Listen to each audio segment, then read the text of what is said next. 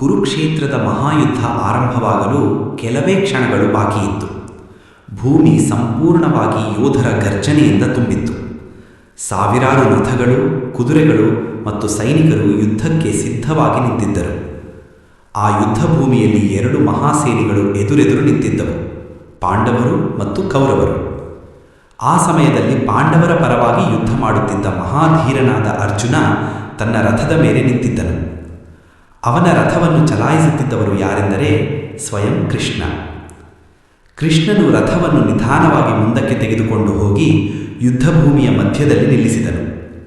ಅರ್ಜುನನು ಮುಂದೆ ನೋಡಿದಾಗ ಅವನ ಹೃದಯ ತಲ್ಲಣಗೊಂಡಿತು. ಅವನ ಎದುರು ನಿಂತವರು ಶತ್ರುಗಳು ಮಾತ್ರ ಅಲ್ಲ, ಅವರು ಅವನ ಸ್ವಂತ ಬಂಧುಗಳು. ಅಲ್ಲಿ ಅವನ ಗುರು ದ್ರೋಣಾಚಾರ್ಯ, ಅವನ ತಾತ ಭೀಷ್ಮ, ಅವನ ಸ್ನೇಹಿತರು ಮತ್ತು ಅನೇಕ ಸಂಬಂಧಿಕರು ನಿಂತಿದ್ದರು. ಅವರು ಎಲ್ಲರೂ ಯುದ್ಧಕ್ಕೆ ಸಿದ್ಧರಾಗಿದ್ದರು.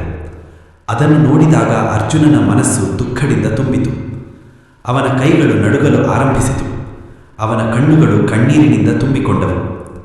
ಕೃಷ್ಣ ಎಂದು ಅರ್ಜುನನು ದುಃಖದಿಂದ ಹೇಳಿದನು, ನಾನು ಈ ಯುದ್ಧವನ್ನು ಮಾಡಲಾರೆ. ಕೃಷ್ಣನು ಶಾಂತವಾಗಿ ಅವನ ಕಡೆ ನೋಡಿದನು.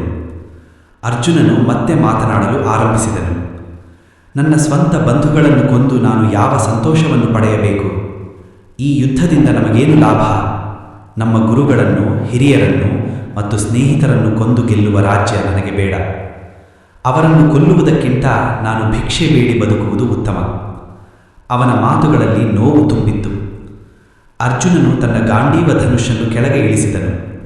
ಅವನು ರಥದ ಮೇಲೆ ಕುಳಿತು ದುಃಖದಿಂದ ತಲೆ ತಗ್ಗಿಸಿದನು. ಆ ಸಮಯದಲ್ಲಿ ಕೃಷ್ಣನು ನಿಧಾನವಾಗಿ ಮಾತನಾಡಲು ಆರಂಭಿಸಿದನು. ಅರ್ಜುನ, ಕೃಷ್ಣನು ಹೇಳಿದನು, ನೀನು ಹೇಳುತ್ತಿರುವ ಮಾತುಗಳು ಜ್ಞಾನಿಯ ಮಾತುಗಳಂತೆ ಕಾಣಬಹುದು, ಆದರೆ ನಿಜವಾಗಿ ನೀನು ಅಜ್ಞಾನದಿಂದ ಮಾತನಾಡುತ್ತಿದ್ದೀಯ. ಅರ್ಜುನನು ಆಶ್ಚರ್ಯದಿಂದ ಕೃಷ್ಣನ ಕಡೆ ನೋಡಿದನು. ಕೃಷ್ಣನು ಮುಂದುವರಿಸಿದನು, ಜ್ಞಾನಿಗಳು ಜೀವಿತರಿಗಾಗಿ ಅಥವಾ ಸತ್ತವರಿಗಾಗಿ ದುಃಖಪಡರು. ಅರ್ಜುನನು ಮೌನವಾಗಿ ಕೇಳುತ್ತಿದ್ದನು. ಅರ್ಜುನ, ಕೃಷ್ಣನು ಹೇಳಿದನು, ನೀನು, ನಾನು ಮತ್ತು ಇಲ್ಲಿ ಇರುವ ಎಲ್ಲ ಯೋಧರು ನಾವೆಲ್ಲರೂ ಹಿಂದೆ ಇದ್ದೆವು, ಈಗ ಇದ್ದೇವೆ ಮತ್ತು ಮುಂದೆಯೂ ಇರುತ್ತೇವೆ. ಅರ್ಜುನನಿಗೆ ಈ ಮಾತುಗಳು ಅರ್ಥವಾಗಲಿಲ್ಲ. ಅದನ್ನು ನೋಡಿ ಕೃಷ್ಣನು ಆತ್ಮದ ಸತ್ಯವನ್ನು ವಿವರಿಸಲು ಆರಂಭಿಸಿದನು. ಆತ್ಮ ಎಂದಿಗೂ ಹುಟ್ಟುವುದಿಲ್ಲ ಮತ್ತು ಸಾಯುವುದಿಲ್ಲ. ಕೃಷ್ಣನು ಹೇಳಿದರು, ದೇಹ ಮಾತ್ರ ಹುಟ್ಟುತ್ತದೆ ಮತ್ತು ನಾಶವಾಗುತ್ತದೆ, ಆದರೆ ಆತ್ಮ ಶಾಶ್ವತ. ಅವರು ಒಂದು ಉದಾಹರಣೆ ನೀಡಿದರು. ಮಾನವನು ಹಳೆಯ ಬಟ್ಟೆಗಳನ್ನು ಬಿಟ್ಟು ಹೊಸ ಬಟ್ಟೆಗಳನ್ನು ಧರಿಸುವಂತೆ ಆತ್ಮವು ಹಳೆಯ ದೇಹವನ್ನು ಬಿಟ್ಟು ಹೊಸ ದೇಹವನ್ನು ಪಡೆಯುತ್ತದೆ. ಅರ್ಜುನನು ಆ ಮಾತುಗಳನ್ನು ಗಮನದಿಂದ ಕೇಳುತ್ತಿದ್ದನು. ಆತ್ಮವನ್ನು ಯಾರೂ ಕೊಲ್ಲಲು ಸಾಧ್ಯವಿಲ್ಲ. ಕೃಷ್ಣನು ಹೇಳಿದರು, ಕತ್ತಿ ಅದನ್ನು ಕತ್ತರಿಸಲಾರದು, ಅಗ್ನಿ ಅದನ್ನು ಸುಡಲಾರದು, ನೀರು ಅದನ್ನು ತೋಯಲಾರದು, ಗಾಳಿ ಅದನ್ನು ಒಣಗಿಸಲಾರದು. ಆತ್ಮ ಶಾಶ್ವತ. ಅರ್ಜುನನ ಮನಸ್ಸು ನಿಧಾನವಾಗಿ ಶಾಂತವಾಗಲು ಆರಂಭಿಸಿತು. ಆದರೆ ಕೃಷ್ಣನ ಉಪದೇಶ ಇನ್ನೂ ಮುಗಿದಿರಲಿಲ್ಲ. ಅರ್ಜುನ, ಕೃಷ್ಣನು ಹೇಳಿದರು, ನೀನು ಕ್ಷತ್ರಿಯ. ಯುದ್ಧ ಮಾಡುವುದು ನಿನ್ನ ಧರ್ಮ. ಧರ್ಮಕ್ಕಾಗಿ ನಡೆಯುವ ಯುದ್ಧದಿಂದ ಹಿಂದೆ ಸರಿಯುವುದು ಯೋಧನಿಗೆ ಅವಮಾನ. ಅರ್ಜುನನು ಆಲೋಚಿಸಲು ಆರಂಭಿಸಿದನು. ಕೃಷ್ಣನು ಮುಂದುವರಿಸಿದನು, ನೀನು ಯುದ್ಧ ಮಾಡದೆ ಹಿಂತಿರುಗಿದರೆ ಜನರು ನಿನ್ನನ್ನು ಭಯಪಡುವವನಾಗಿ ಕರೆಯುತ್ತಾರೆ. ನಿನ್ನ ಗೌರವವನ್ನು ಕಳೆದುಕೊಳ್ಳುತ್ತೀಯ. ಯೋಧನಿಗೆ ಗೌರವವೇ ಜೀವನ. ಅರ್ಜುನನು ಮೌನವಾಗಿಯೇ ಕೇಳುತ್ತಿದ್ದನು. ನಂತರ ಕೃಷ್ಣನು ಗೀತೆಯ ಅತ್ಯಂತ ಪ್ರಸಿದ್ಧವಾದ ಉಪದೇಶವನ್ನು ಹೇಳಿದರು. ಕರ್ಮಣ್ಯೇವಾಧಿಕಾರಸ್ತೆ ಮಾ ಫಲೇಷು ಕದಾಚನ. ಅದರ ಅರ್ಥವನ್ನು ಕೃಷ್ಣನು ವಿವರಿಸಿದರು. ನಿನಗೆ ಕೆಲಸ ಮಾಡುವ ಹಕ್ಕು ಇದೆ, ಆದರೆ ಅದರ ಫಲದ ಮೇಲೆ ಹಕ್ಕಿಲ್ಲ. ಫಲದ ಬಗ್ಗೆ ಚಿಂತೆ ಮಾಡದೆ ನಿನ್ನ ಕರ್ತವ್ಯವನ್ನು ಮಾಡು. ಫಲದ ಆಸೆ ದುಃಖಕ್ಕೆ ಕಾರಣವಾಗುತ್ತದೆ. ಅರ್ಜುನನು ಆ ಮಾತುಗಳನ್ನು ತನ್ನ ಮನಸ್ಸಿನಲ್ಲಿ ಆಳವಾಗಿ ಯೋಚಿಸಿದನು. ಕೃಷ್ಣನು ಮತ್ತೆ ಹೇಳಿದರು, ಯಶಸ್ಸು ಮತ್ತು ವಿಫಲತೆ ಎರಡನ್ನೂ ಸಮಾನವಾಗಿ ನೋಡಲು ಕಲಿಯು. ಇದೇ ಯೋಗ. ನಂತರ ಕೃಷ್ಣನು ಸ್ಥಿತಪ್ರಜ್ಞನ ಬಗ್ಗೆ ವಿವರಿಸಿದರು. ಸ್ಥಿತಪ್ರಜ್ಞ ಅಂದರೆ ಯಾರು ಗೊತ್ತಾ ಎಂದು ಕೃಷ್ಣನು ಕೇಳಿದರು. ಅರ್ಜುನನು ಮೌನವಾಗಿಯೇ ಇದ್ದನು.